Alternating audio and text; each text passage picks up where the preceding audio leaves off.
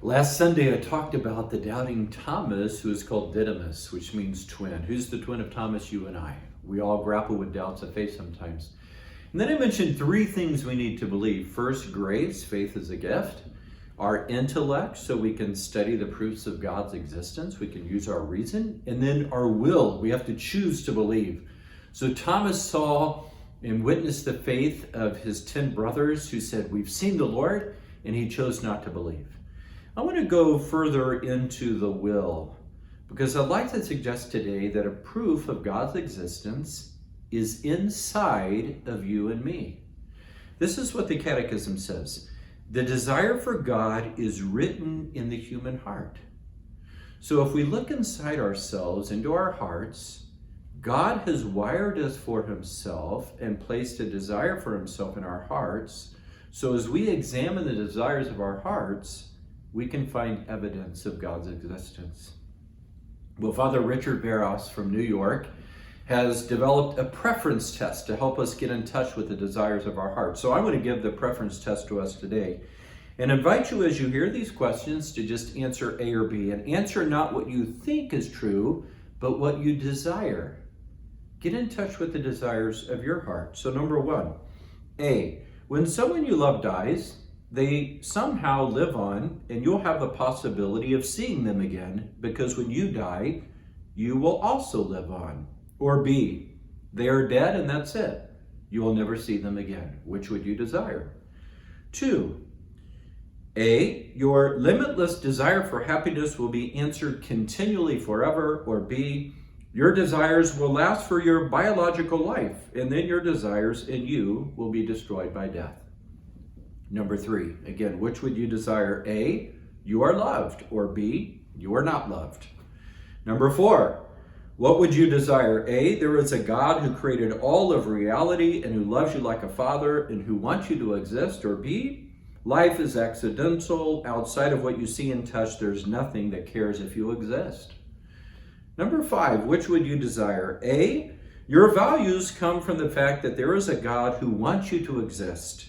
He loves you like a father. And so even when your abilities are not the best, and when other people don't think you're valuable, he still loves and values you. Or B, your value depends on your abilities. People who have greater abilities than you are more valuable than you. When you lose your abilities, you diminish. Or in number 6, A, would you prefer God exists and can be known and experienced in this life? Or B, God doesn't exist and can never be known? How is it that as we probe our hearts, all of us answer A to those questions? See, if we get down inside and examine the desires of our heart, there's a proof there of God's existence. We all desire to be loved, to have a purpose, to find happiness, to experience something more than this world offers. We yearn for life after death and for something beyond this world. Well, this past week I heard a sermon by a priest on stewardship, and he brought up the question, do you know who the richest person that ever lived was? Think about that. Who had the most gold and jewels and the most land? Well, he offered that the richest person that ever lived was Adam. Adam was given dominion over the whole world, so he had everything. He had all the gold, all the jewels. He had all the property. He had dominion even over all the animals. And yet he wasn't happy. Why? Because he was alone. And see, God allowed that experience of loneliness to awaken the desire of his heart, to make him realize, I'm made for something more than this world offers. I'm made for communion with God and communion with others.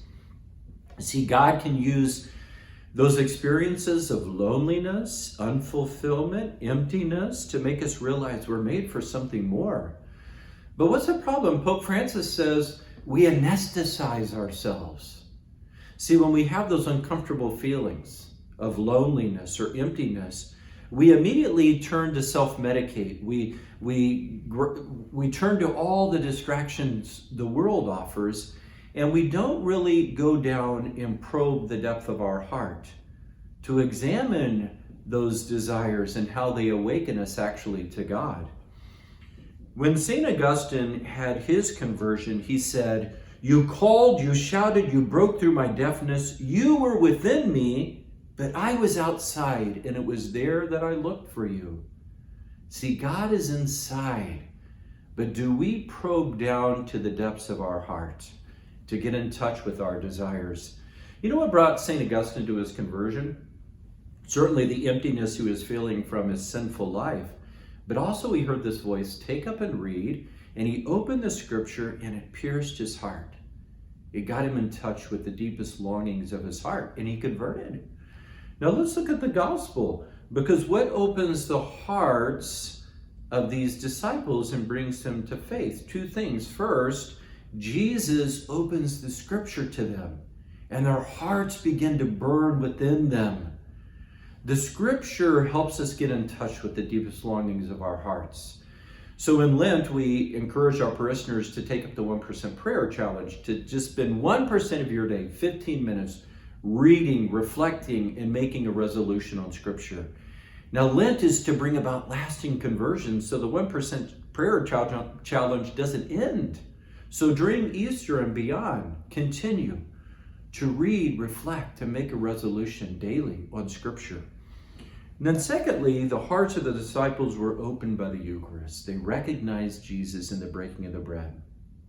And then he vanished from their midst. Why did he vanish? Because he was truly present with them in the Holy Eucharist. So when we receive Jesus in Holy Communion, or when you make an act of spiritual communion, what awakens in our hearts is this hunger and longing for communion with God and communion with others.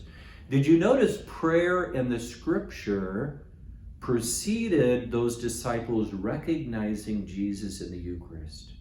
See, that's the Mass. What precedes us from recognizing Jesus in the Eucharist is we first have the liturgy of the Word to prepare our hearts to see Jesus and receive him in the Holy Eucharist. The proof of God is inside of us. We've got to go down below the surface. Grapple at times with those experiences in your life of loneliness, of emptiness. God is awakening your heart there. He wants you to draw closer to him in those times. Read the scripture, enter into prayer, open your heart to a spiritual communion. All of these things awaken us to the deepest longings of our heart. A proof of God is inside of you.